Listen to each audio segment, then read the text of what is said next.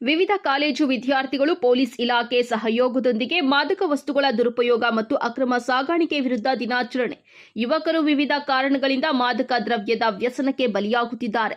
ಮಾದಕ ದ್ರವ್ಯಗಳ ಪಿಡುಗು ಸಮಾಜದಲ್ಲಿ ಆಳವಾಗಿ ಬೇರೂರಿದೆ. ಇದರಿಂದಾಗಿ ಬಹುತೇಕ ಯುವ ಪೀಳಿಗೆಯು ವಿನಾಶದತ್ತ ಸಾಗುತ್ತಿದೆ. ಮಾದಕ ವ್ಯಸನ ಮತ್ತು ದುರುಪಯೋಗದ ಹಿಡಿತದಿಂದ ಜನರನ್ನ ರಕ್ಷಿಸಲು ಮಾದಕ ವ್ಯಸನ ಮತ್ತು ಅಕ್ರಮ ಸಾಗಣೆ ವಿರುದ್ಧ ಅರಿವು ಮೂಡಿಸುವ ದೃಷ್ಟಿಯಿಂದ ಪ್ರತಿ ವರ್ಷ ಜೂನ್ 26ರಂದು ಅಂತಾರಾಷ್ಟ್ರೀಯ ದಿನವನ್ನ ವಿಶ್ವದಾದ್ಯಂತ ಆಚರಿಸಲಾಗುತ್ತಿದೆ ಎಂದು ಆರಕ್ಷಕ ನಿರೀಕ್ಷಕ ಅಜಯ್ ಸಾರಥಿ ಹೇಳಿದ್ದಾರೆ. ಮಾದಕ ದ್ರವ್ಯಗಳ ದುರ್ಬಳಕೆ ಮತ್ತು ಅಕ್ರಮ ಸಾಗಾಣಿಕೆ ವಿರುದ್ಧ ಅಂತಾರಾಷ್ಟ್ರೀಯ ದಿನ ಆಚರಣೆಯ ದಿನ ಅಂಗವಾಗಿ ಪಟ್ಟಣದ ವಿವಿಧ ಕಾಲೇಜು ವಿದ್ಯಾರ್ಥಿಗಳ ಜಾಗೃತಿ ಜಾಥಾ ಕಾರ್ಯಕ್ರಮದಲ್ಲಿ ಪಾಲ್ಗೊಂಡು ಮಾತನಾಡಿದ ಅವರು, ಮಾದಕ ದ್ರವ್ಯಗಳ ವ್ಯಸನವು ಇಂದು ಸಮಾಜ ಎದುರಿಸುತ್ತಿರುವ ಗಂಭೀರ ಸಮಸ್ಯೆಯಾಗಿದ್ದು, ಯುವ ಜನತೆ ತಮ್ಮ ಭವಿಷ್ಯವನ್ನ ಹಾಳು ಮಾಡಿಕೊಳ್ಳುವಂತಹ ದುಶ್ಚಟಗಳಿಂದ ದೂರವಿರಬೇಕು ಎಂದು ಕರೆ ನೀಡಿದ್ದಾರೆ.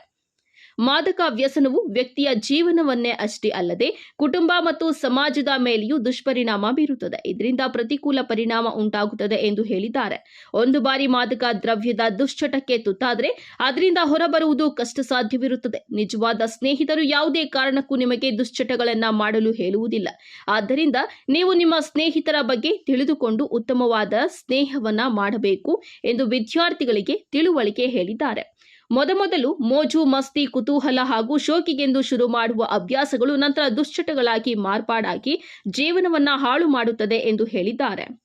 ಕಾರ್ಯಕ್ರಮದಲ್ಲಿ ನ್ಯಾಷನಲ್ ಕಾಲೇಜು ಕನ್ನಡ ಉಪನ್ಯಾಸಕ ಚಂದ್ರ ನಾಯಕ್ ಮಾದಕ ವ್ಯಸನದ ದುಷ್ಪರಿಣಾಮಗಳ ಕುರಿತು ಜಾಗೃತಿ ಮೂಡಿಸುವ ಹಾಗೂ ಮಾದಕ ದ್ರವ್ಯ ಮುಕ್ತ ಸಮಾಜ ನಿರ್ಮಾಣಕ್ಕೆ ಕೈಜೋಡಿಸುವ ಪ್ರತಿಜ್ಞಾವಿಧಿಯನ್ನ ಬೋಧಿಸಿದ್ದಾರೆ.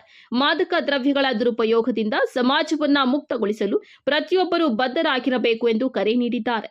ಈ ಸಂದರ್ಭದಲ್ಲಿ ಪೊಲೀಸ್ ಸಿಬ್ಬಂದಿ, ನ್ಯಾಷನಲ್ ಕಾಲೇಜು ಉಪನ್ಯಾಸಕರು, ಕಾಲೇಜು ವಿದ್ಯಾರ್ಥಿಗಳು ಹಾಗೂ ಸಾರ್ವಜನಿಕರು ಹಾಜರಿದ್ದರು.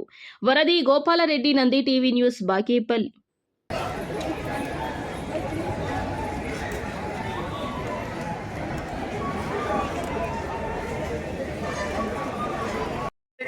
ಅದರಲ್ಲೆಲ್ಲ ಬರೀ ಗಂಜಾ, ಕೊಕೈನು ಇಂಥ ಡ್ರಗ್ಗಳ ಬಗ್ಗೆ ಮೂವೀಸ್ ಬರ್ತವೆ.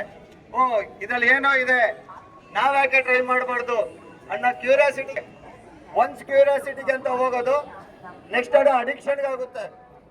ಅಡಿಕ್ಷನ್ಗೆ ಆಗೋರು ಪುನಃ ಅದನ್ನ ಆಚೆ ಬರೋದಕ್ಕಾಗಲ್ಲ. ಈ ಎಸ್ಪೆಷಲಿ ಈ ಡ್ರಗ್ಸ್ ಅನ್ನೋದೇನಿದೆಯಲ್ಲ, ಅದು ಒಂಥರ ಸ್ಲೋ ಪಾಯ್ಸನ್ ತರ. ಸ್ಲೋ ಪಾಯ್ಸನ್ ಅಲ್ಲ, ಬೇಗನೆ ಪಾಯ್ಸನ್. ಸ್ಲೋ ಪಾಯ್ಸನ್ ಆದ್ರೆ ವರ್ಷಾನುಗಟ್ಟಲೆ ತಗೊಳುತ್ತೆ. ಡ್ರಗ್ಗೆ ಅಡಿಕ್ಟ್ ಆಗೋರು ವೆರಿ ಶಾರ್ಟ್ ಟರ್ಮ್ ಅಲ್ಲೇ ಹೊರಟೋಗ್ತಾರೆ. ಅದು ಬರೀ ಅವ್ರಿಗೆ ಮಾತ್ರ ತೊಂದರೆ ಆಗಲ್ಲ, ಅವ್ರನ್ನ ನಂಬಿ ಮಕ್ಕಳು ಚೆನ್ನಾಗಿ ಓದ್ಲಿ, ಉದ್ಧಾರ ಆಗ್ತಾರೆ ಅನ್ನೋ ಉದ್ದೇಶವಾಗಿ ಪೇರೆಂಟ್ಸ್ಗಳು ಯಾರು ಕಳ್ಸಿಕೊಟ್ಟಿರ್ತಾರೋ ಅವ್ರ ಕನ್ಸುಗಳು ಎಲ್ಲದಕ್ಕೂ ಅದು ಏನು ಮಾರಕ ಉಂಟಾಗುತ್ತೆ. ನಿಮ್ ತಂದೆ ತಾಯಿಗಳೆಲ್ಲರೂ ಎಷ್ಟು ಕಷ್ಟಪಟ್ಟು ನಿಮ್ನ ಓದೋದಕ್ಕೆ ಕಳ್ಸಿರ್ತಾರಲ್ವಾ, ಏನಪ್ಪ ಹುಡುಗರ ನಿಮ್ಗೆ ಇಂಪಾರ್ಟೆಂಟು. ಸೊ ಅದರಿಂದ ದಯವಿಟ್ಟು ನೀವು ಯಾರು ಈ ತರದಕ್ಕೆ ಮಾತ್ರ ವ್ಯಸನರಾಗಬೇಡಿ. ನಿಮ್ಗೆ ಯಾವ್ದಾನ ಈ ರೀತಿ ಕಂಡು ಬಂದ್ರೆ, ನಿಮ್ಮಲ್ಲಾಗ್ಲಿ ನಿಮ್ಮ ಫ್ರೆಂಡ್ಸಲ್ಲಾಗ್ಲಿ ಅಂಥದ್ದೇನಾದ್ರೂ ಕಂಡು ಬಂದ್ರೆ ದಯವಿಟ್ಟು ಆ ಕೂಡಲೇ ನಿಮ್ಮ ಪ್ರಿನ್ಸಿಪಾಲ್ರಿಗೋ ಅಥವಾ ಪೊಲೀಸ್ ಸ್ಟೇಷನ್ಗೋ ತಿಳಿಸೋದಕ್ಕೆ ಇದು ಮಾಡ್ಕೊಳ್ಳಿ. ಇವತ್ತು ಈ ಡ್ರಗ್ಸ್ ಅಂತಕ್ಕಂಥದ್ದು, ಈ ಮಾದಕ ವಸ್ತುಗಳಂತಕ್ಕಂಥದ್ದು ವ್ಯಾಪಕವಾಗಿ ಹರಡಿದವೆ. ಇದರಿಂದ ಸುಮಾರು ಪ್ರತಿ ದಿವಸ 10 ಜನ ವಿದ್ಯಾರ್ಥಿಗಳು ಸಾಯ್ತಾ ಇದ್ದಾರೆ ಸೂಸೈಡ್ ಮಾಡಿಕೊಂಡು. ನಮ್ಮ ದೇಶದಲ್ಲಿ, ಭಾರತ ದೇಶದಲ್ಲಿ ಪ್ರತಿದಿನ 10 ವಿದ್ಯಾರ್ಥಿಗಳು ಸತ್ತು ಹೋಗ್ತಾ ಇದ್ದಾರೆ ಸೂಸೈಡ್ ಮಾಡಿಕೊಂಡು. ಇದರಲ್ಲಿ ಪ್ರತಿ 10 ಜನ ವಿದ್ಯಾರ್ಥಿಗಳಲ್ಲಿ ಪಂಜಾಬ್ನಲ್ಲಿ ಒಬ್ಬರಾಗಿರ್ತಾರೆ. ಯಾಕೆ ಹೇಳ್ತಾ ಇದ್ರೆ, ಪಂಜಾಬ್ನಲ್ಲಿ ಅತಿ ಹೆಚ್ಚು ಈ ಮಾದಕ ವಸ್ತುಗಳನ್ನ ಸೇವನೆ. ಇಲ್ಲಿ ಒಂದು ವರ್ಷಕ್ಕೆ 4,000 ವಿದ್ಯಾರ್ಥಿಗಳು ಸೂಸೈಡ್ ಮಾಡ್ಕೊಂಡು ಸತ್ತು ಹೋಗ್ತಾ ಇದ್ದಾರೆ. ನೋಡಿ, ನಮ್ಮ ದೇಶದ ಭವಿಷ್ಯವನ್ನು ರೂಪಿಸತಕ್ಕಂಥ ವಿದ್ಯಾರ್ಥಿಗಳು ಈ ಒಂದು ಮಾದಕ ವಸ್ತುಗಳಿಗೆ ಅವ್ರ ವ್ಯಸನರಾಗಿ 4,000 ವಿದ್ಯಾರ್ಥಿಗಳು ಪ್ರಾಣವನ್ನ ಬಿಡ್ತಾ ಇದ್ದಾರೆ. ಇನ್ನ ಒಂದು ಈ ಮಾದಕ ವಸ್ತುನೆಲ್ಲ ಇವಾಗ ಸಾರಾಯಿ, ಈ ಮದ್ಯವನ್ನ ಸೇವನೆ ಮಾಡಿ ಪ್ರತಿ ವರ್ಷ 36 ಲಕ್ಷ ಪ್ರಾಣಗಳನ್ನ ಬಿಡ್ತಾ ಇದ್ದಾರೆ. 36 ಲಕ್ಷ ಜನರು ಪ್ರಾಣವನ್ನ ಬಿಡ್ತಾ ಇದ್ದಾರೆ.